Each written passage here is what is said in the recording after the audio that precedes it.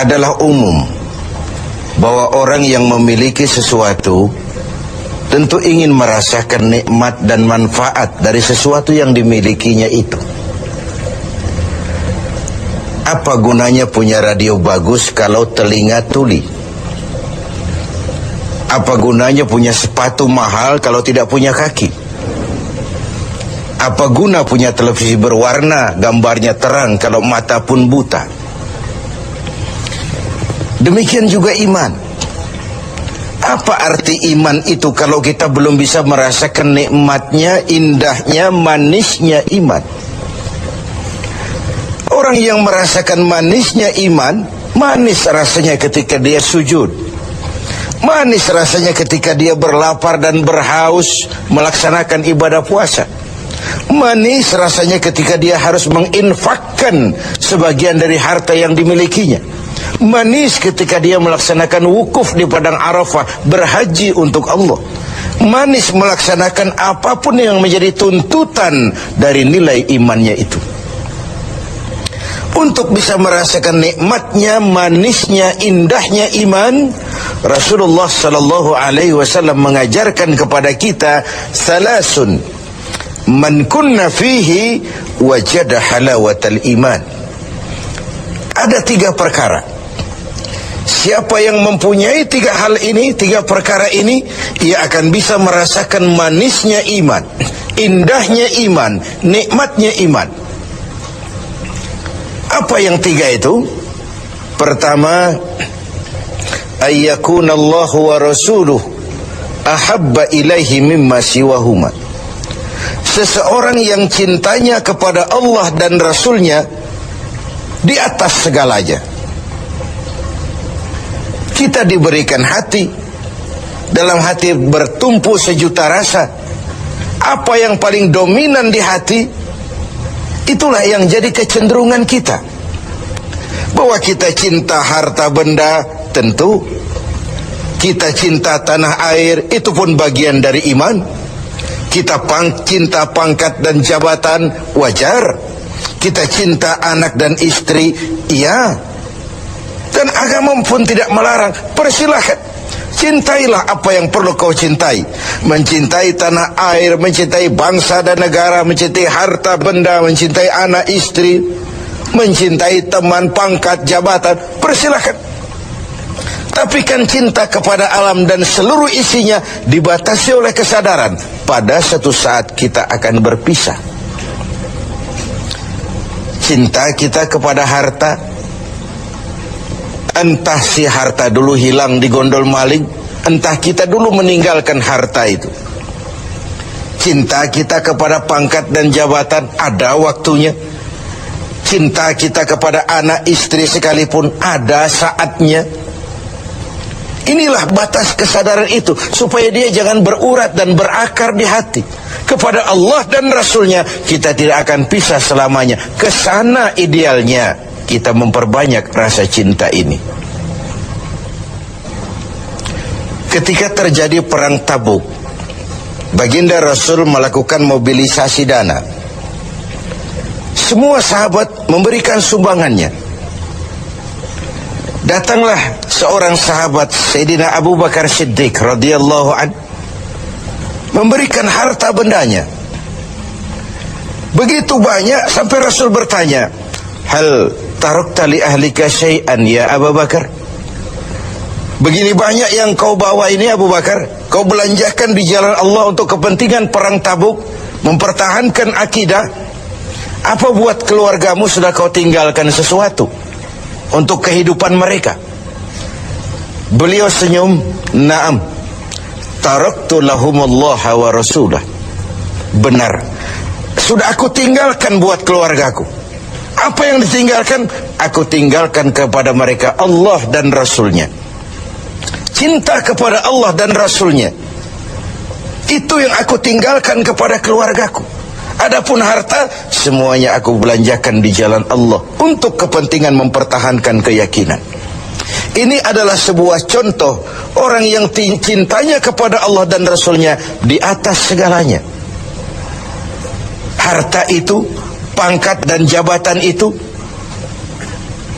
semua kekayaan materi yang kita miliki itu, kalau sudah memenuhi panggilan Allah dan Rasulnya, semua mengalir. Semua mengalir.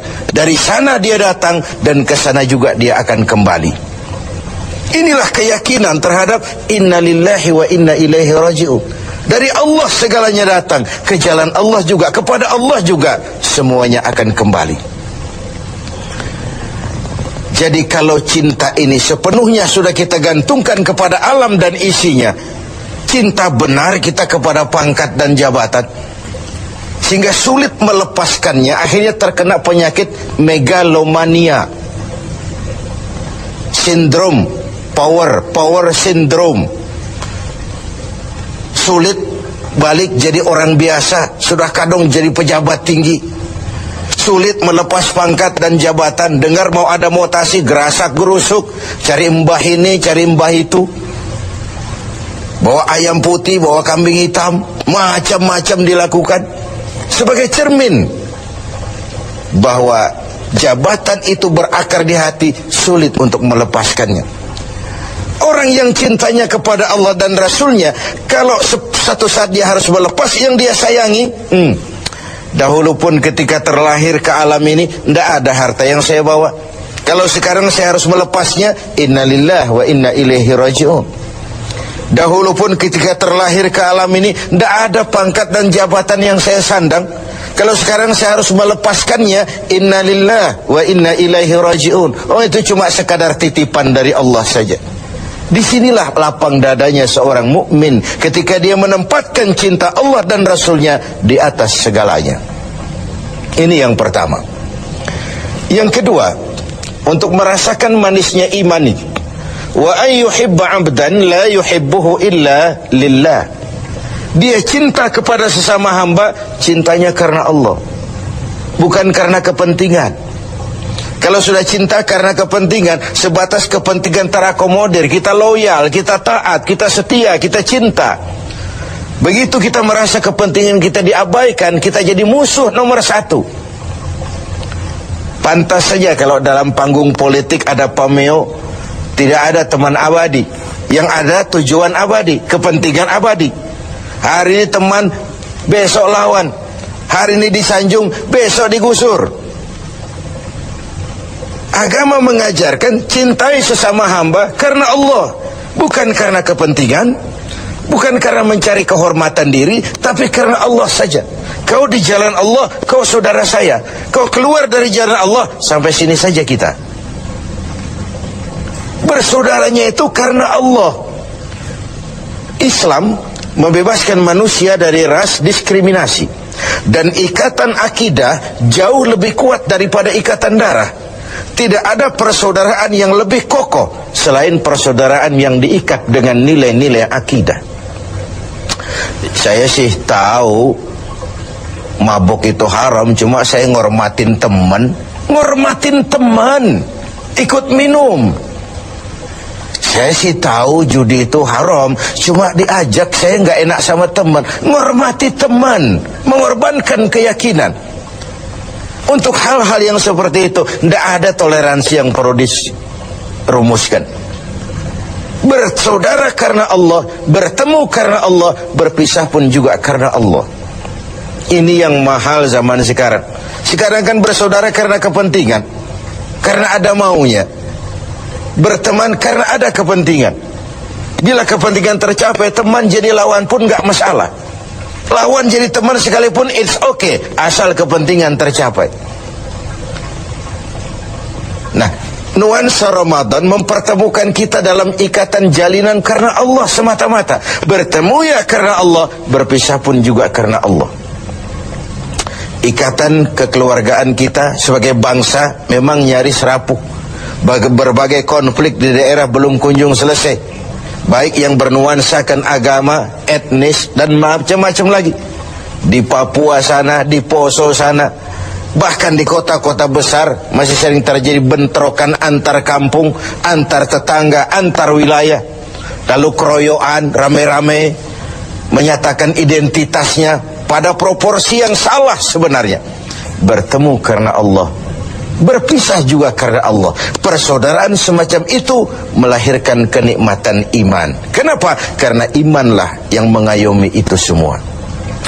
Yang ketiga terakhir, untuk bisa merasakan manisnya iman, wa ayyakraha ayyauda fil kufri ba'da idh anqazahu Allahu minhu kama yakrahu ayyukzafa finnar. Dia benci kekafiran, kebatilan, kezaliman, kemunkaran, ketidakadilan, maksiat. Setelah dia diselamatkan Allah dari hal-hal seperti itu, sebagaimana dia tidak suka kepada neraka, sebagaimana bencinya dia kepada neraka, begitulah dia membenci kebatilan, ketidakadilan, kezaliman. Tidak seorang pun di antara kita yang suka neraka. Jangan lagi masuk, mendekat saja kita tidak kepengin. Seperti itulah harusnya sikap kita menghadapi kemunkaran, kebatilan, kezaliman, ketidakadilan. Bukankah Rasul mengisyaratkan, kalau kamu melihat kemunkaran, ubah itu dengan tangan. Kalau tidak mampu, dengan lidah. Kalau tidak sanggup, dalam hati. Setidaknya jangan join dengan kebatilan dan kemunkaran. Mengubah sebuah kemunkaran dengan tangan, itu simbol dari power. Siapa yang punya power? Penguasa. Tugas penguasa itu, yang punya pasukan, punya senjata, punya dana, punya sistem, punya strategi untuk memberantas kemunkaran. Ada yang memberantas kemunkaran dengan lidah, dengan bicara. Para ulama, para mubalik, para kiai, para wakil-wakil rakyat di DPR sana mencegah yang munkar dengan lidah, bicara, sampaikan apa yang menjadi aspirasi rakyat. Ada yang dalam hati saja, ini biasanya rakyat banyak, bicara enggak didengar, kadang juga takut akibatnya, dalam hati saja. Setidaknya tidak join dengan yang namanya kemunkaran.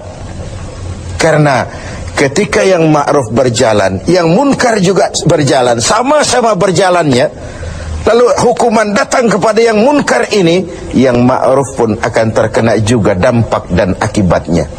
Inilah makna pernyataan Quran, wattaqu fitnatan la tusibanna allazina zalamu minkum khassah. Takutlah musibah, bencana yang kalau datang tidak hanya menimpa orang-orang yang zalim di antara kamu, yang baik pun akan terkena juga dampaknya. Karena itu setiap kita mempunyai kewajiban moral untuk menjaga kemaslahatan umum secara